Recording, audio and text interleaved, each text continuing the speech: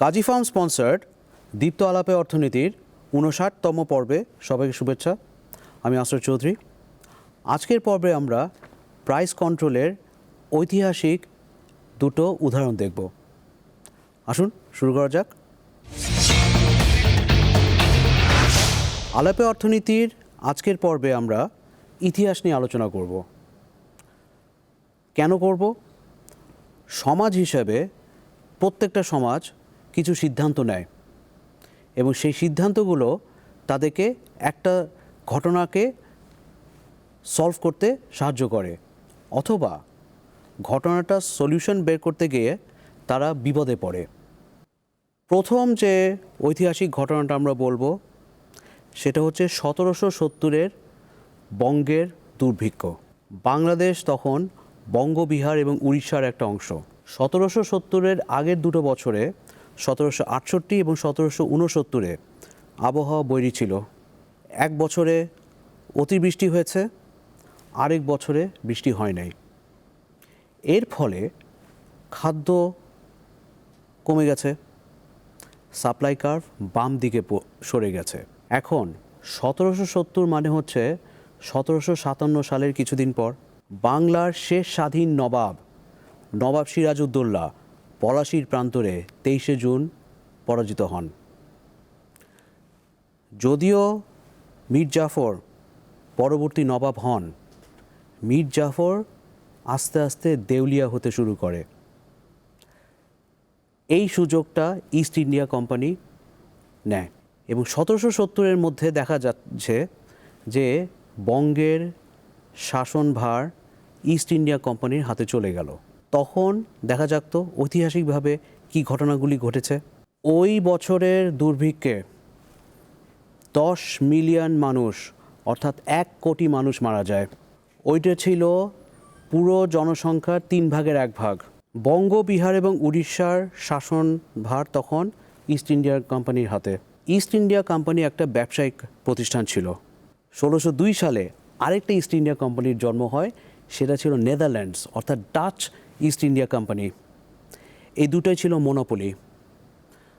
ওই দুটো দেশের যারা মোনার্ক ছিলেন, রাজা ছিলেন, ব্রিটেনের ক্ষেত্রে তখন ছিলেন প্রথম এলিজাবেথ, নেদারল্যান্ডসের ক্ষেত্রে তাদের যারা শাসন করেছেন এদেরকে দুটো মনোপলি দিয়ে দিল। ১৭৭০-এ ইস্ট ইন্ডিয়া কোম্পানি কী করেছে বঙ্গবিহার এবং উড়িষ্যাতে? তারা কৃষকদেরকে জোর করে ওপিয়াম এবং নীল এই দুটো ফসল চাষ করাতো। নীল চাষ নিয়ে অনেক গল্প আছে আমাদের ইতিহাসে, অনেক কষ্টের গল্প আছে। ওপিয়ামটা কেন চাষ করতো? ওপিয়ামটা ছিল একটা খুবই অর্থকরী ফসল, যেটা ব্রিটিশরা চায়নাতে অর্থাৎ চীন দেশে রপ্তানি করত। এই ইস্ট ইন্ডিয়া কোম্পানি জোর করে কৃষকদেরকে এই দুটো ফসল ফলানোর ফলে কি হচ্ছে, আবাদি জমি যেটা ছিল তাতে ধান, মূল যে খাদ্যশস্য ফুড গ্রেন, এটা কম উৎপাদন হচ্ছে। এ তো গেল, ইস্ট ইন্ডিয়া কোম্পানি ঠিক করছে, তারা মার্কেট ইন্টারভিন করছে যে এই দুটো ফসল হবে, ধান কম হবে। তাদের প্রফিট বাড়ানোর জন্য তারা কৃষকদের উপর অসম্ভব পরিমাণে কর বসানো শুরু করলো ফসলের উপর। শুধু তাই না, যেটুক ধান তৈরি হয় সেগুলো ইস্ট ইন্ডিয়া কোম্পানি তাদের গুদাম ঘরে রেখে দিত, ওয়্যার হাউসে। এখন আমরা ১৭৭০-এ চলে আসি। আগের 2 বছর বৈরী আবহাওয়া, ধান কম উৎপাদন হওয়াতে ধানের দাম অত্যধিক মাত্রায় বেড়ে গেল। খাদ্যের অভাবে তখন বঙ্গবিহার এবং উড়িষ্যার 1/3 জনসংখ্যা, অর্থাৎ 1 কোটি মানুষ মারা যায়। ১৭৭০-এর 6 বছর পরে ১৭৭৬ সালে অ্যাডাম স্মিথ তার ওয়েলথ অফ নেশনসের বুক 4 চ্যাপ্টার 5-এ এই ইস্ট ইন্ডিয়া কোম্পানির বর্ণনা দেন। অ্যাডাম স্মিথ তখন বললেন, মুক্তবাজার অবশ্যই ইস্ট ইন্ডিয়া কোম্পানির মনোপলির থেকে ভালো। উনি প্রথম অর্থনীতিবিদ যে বঙ্গের কোনো একটা দুর্ভিক্ষের ইকোনমিক অ্যানালিসিস করেছেন। এটার অনেক ক্রিটিসিজম আছে, অনেক কন্ট্রোভার্সি আছে, কিন্তু ওনার অবজারভেশন ছিল যে একটা মনোপলি কোম্পানি ইস্ট ইন্ডিয়া কোম্পানির হাতে বঙ্গবিহার এবং উড়িষ্যার শাসনভার দেওয়া যাবে না। 1770 থেকে আমরা এখন 1943 সালে চলে আসলাম। 1943 সালটার সাথে আমাদের ইতিহাসের একটা নিবিড় সম্পর্ক আছে। এই সালে 1700 সালের মতো একটা বড় দুর্ভিক্ষ দেখা যায়। এই দুর্ভিক্ষকে আমরা বাংলায় কি বলি? 1943-এর মন্বন্তর। মন্বন্তর শব্দটা যদি আমরা সন্ধি বিচ্ছেদ করি তাহলে হবে মনু যোগ অন্তর। মনু মানে মানুষ, মানুষ নাই হয়ে গিয়েছিল, সেই জন্য এটা নাম ছিল 1943 সালের মন্বন্তর। 1943-এর মন্বন্তরের সাথে বাংলাদেশের একজনের নিবিড় সম্পর্ক আছে, তিনি জয়নুল আবেদিন। ওনার জন্ম 1914 সালে ময়মনসিংহে। জয়নুল আবেদিনের নাম বলা মাত্রে ওনার কালজয়ী ছবিগুলো আমাদের চোখের সামনে ভেসে ওঠে। ডাস্টবিনের পাশে একটা মানুষ খাবার খুঁজছে, তার পাশে একটা কাক। এই ছবিটা তখনকার দিনের অবস্থাকে ভালোভাবে তুলে ধরে। আমরা যেহেতু অর্থনীতির ছাত্র, আমরা যেহেতু এই দুর্ভিক্ষকে অর্থনীতির চোখ দিয়ে দেখতে চাই, সেই জন্য রাশোমনের মতো, আবার আমরা বলি রাশোমন ইফেক্ট, এই একই ঘটনাটা জয়নুল আবেদিন একভাবে উপস্থাপনা করেছিলেন। 1981 সালে অমর্ত্য সেন একটা বই লেখেন, বইটার নাম হচ্ছে পভার্টি অ্যান্ড ফেমিনস। অমর্ত্য সেন, ওনার জন্ম 1933 সালে শান্তিনিকেতনে। ওনার বাবা অধ্যাপক আশুতোষ সেন, তিনি ঢাকা বিশ্ববিদ্যালয়ের রসায়ন বিভাগের অধ্যাপক ছিলেন।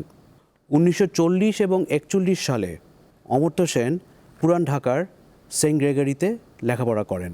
1945 সালে দ্বিতীয় মহাযুদ্ধের শেষে অথবা শেষের দিকে, দেশভাগের আগে, আশুতোষ সেন কলকাতা চলে যান। অমর্ত্য সেন কিন্তু ছেলেবেলায় 1943 সালের মন্বন্তর দেখেছিলেন। এই অভিজ্ঞতাটা পরবর্তীকালে 1981 সালে ওনাকে পভার্টি অ্যান্ড ফেমিনস লিখতে সাহায্য করে। 1943 সালে অমর্ত্য সেনের ইন্টারপ্রিটেশনটা আমরা দেখি।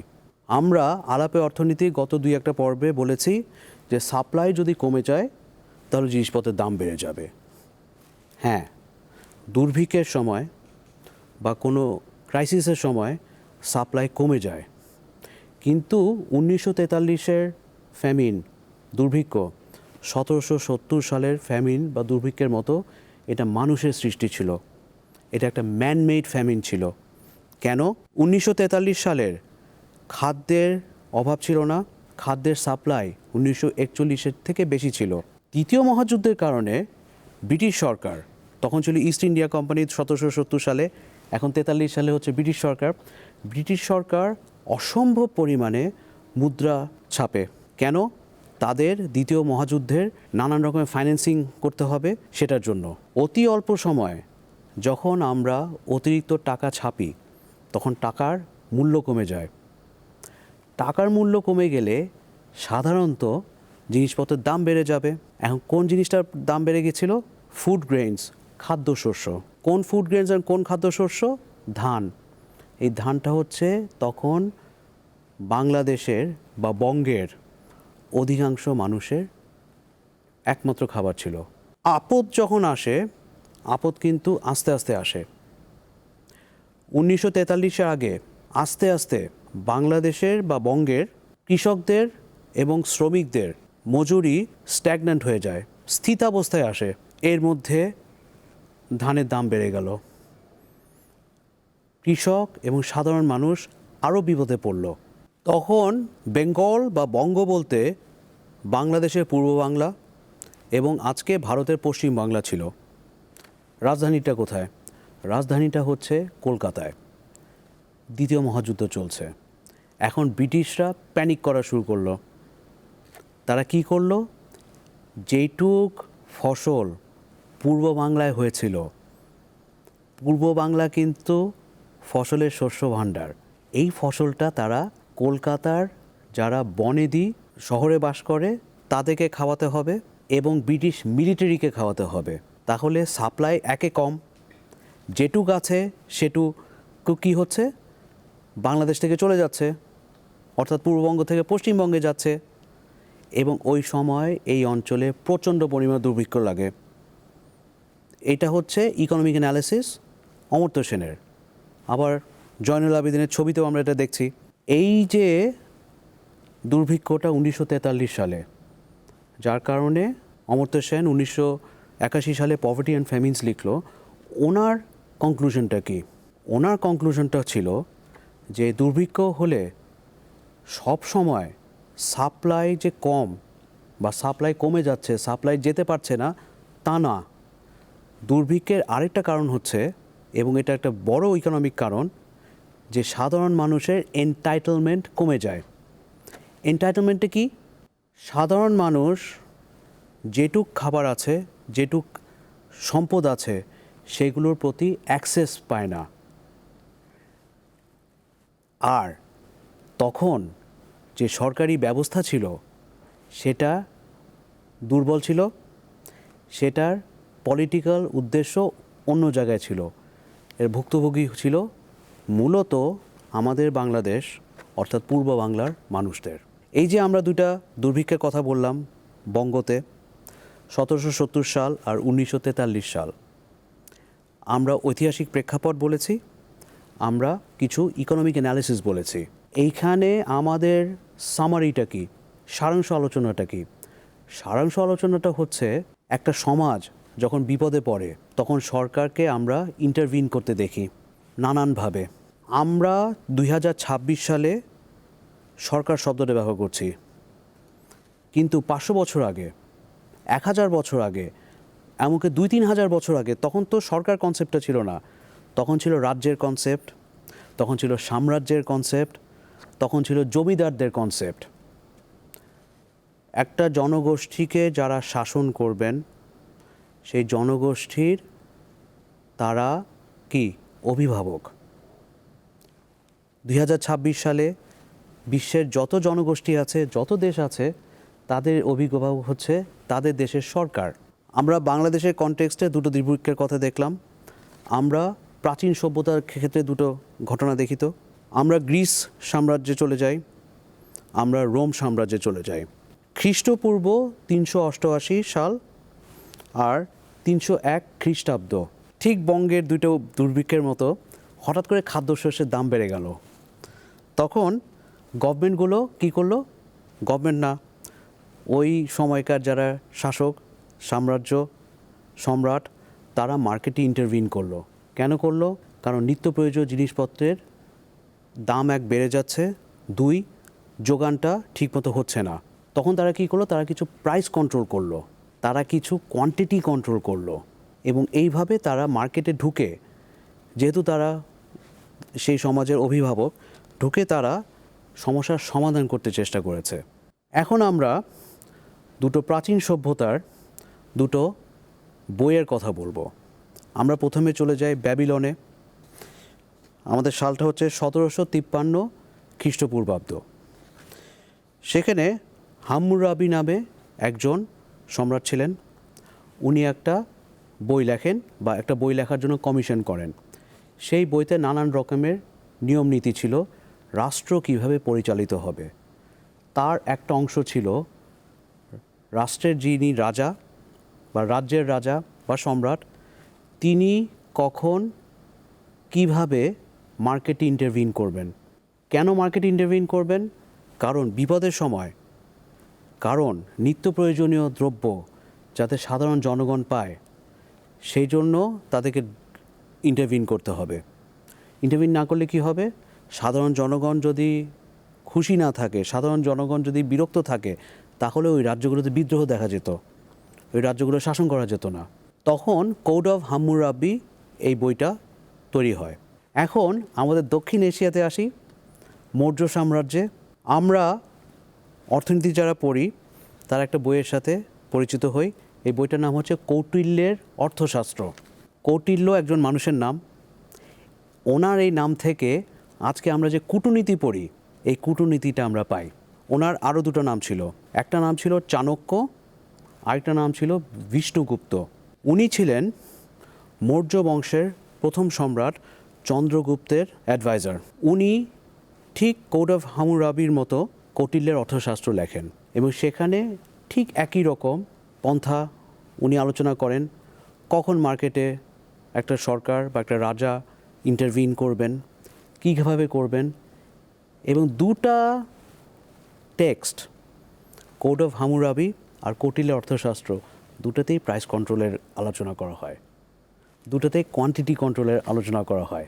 যে কোনো সরকার বর্তমান সময়, যে কোনো সম্রাট, সুলতান, কিং, মোনার্ক, এম্পারার, আগেকার দিনে তাদের কাজ ছিল সমাজের গার্জিয়ান হিসেবে কিছু দায়িত্ব পালন করা। বাংলাদেশে হঠাৎ করে যখন জিনিসপত্রের দাম বেড়ে যায়, তখন সরকার কী করে, বিভিন্ন জায়গায় কিন্তু ইন্টারভিন করে। যেমন টিসিবির গাড়ি আমরা দেখি, সেখানে ন্যায্য মূল্যের কথা বলি না আমরা, ন্যায্য মূল্য। এই ন্যায্য মূল্যের ইতিহাসটা সেই প্রাচীন কোড অফ হামুরাবি, সেই প্রাচীন কৌটিল্যের অর্থশাস্ত্রে একই জিনিস বলা হয়। আমরা যদি অ্যাডাম স্মিথদের আমল পর্যন্ত চলে আসি, অষ্টাদশ শতাব্দীতে, সেখানেও কিন্তু তারা জাস্ট প্রাইস, ন্যায্য মূল্য, এইগুলো আলোচনা করেছেন। এই ন্যায্য মূল্যের দায়িত্বটা সরকারের, সমাজের, অভিভাবকের। পরিবারে যেমন একজন অভিভাবক থাকেন, আমাদের মিজানের পরিবারে মিজানের বাবা, সরকারেরও এই দায়িত্বটা পালন করতে হয়। সরকার প্রাইস কন্ট্রোল, কোয়ান্টিটি কন্ট্রোলের মাধ্যমে অর্থনৈতিক কিছু টুলস দিয়ে করে। কেন করে সেটা আমরা এর পরবর্তী পর্বে দেখব। কী প্রেক্ষিতে করবে, কখন করবে, কি কি ফ্যাক্টরস আছে যে কারণে একটা প্রাইস ইন্টারভেনশন, একটা কোয়ান্টিটি ইন্টারভেনশন সার্থক হবে, আবার সার্থক নাও হতে পারে। সেখানে আমরা অর্থশাস্ত্র বা অর্থনীতির সবচেয়ে বড় অভাব সময়, টাইম, এটাকে দেখব। সময়ের সাথে আমাদের আবার দেখা হবে। সময়টা খুবই মজার জিনিস, আবার সময়টা খুবই ভয়ঙ্কর জিনিস। আগামী পর্বে আমরা প্রাইস কন্ট্রোলের অর্থনৈতিক মেকানিজমসগুলো দেখব। আমাদের ফেসবুক পেজে লাইক দিবেন, কমেন্ট করবেন, ফলো করবেন। আমাদের ইউটিউব চ্যানেলে লাইক দিবেন, সাবস্ক্রাইব করবেন, ফলো করবেন, এবং অবশ্যই বেল আইকনটা প্রেস করতে ভুলে যাবেন না। আপনাদের সাথে আবারও দেখা হবে। সেই পর্যন্ত ভালো থাকবেন, সুস্থ থাকবেন।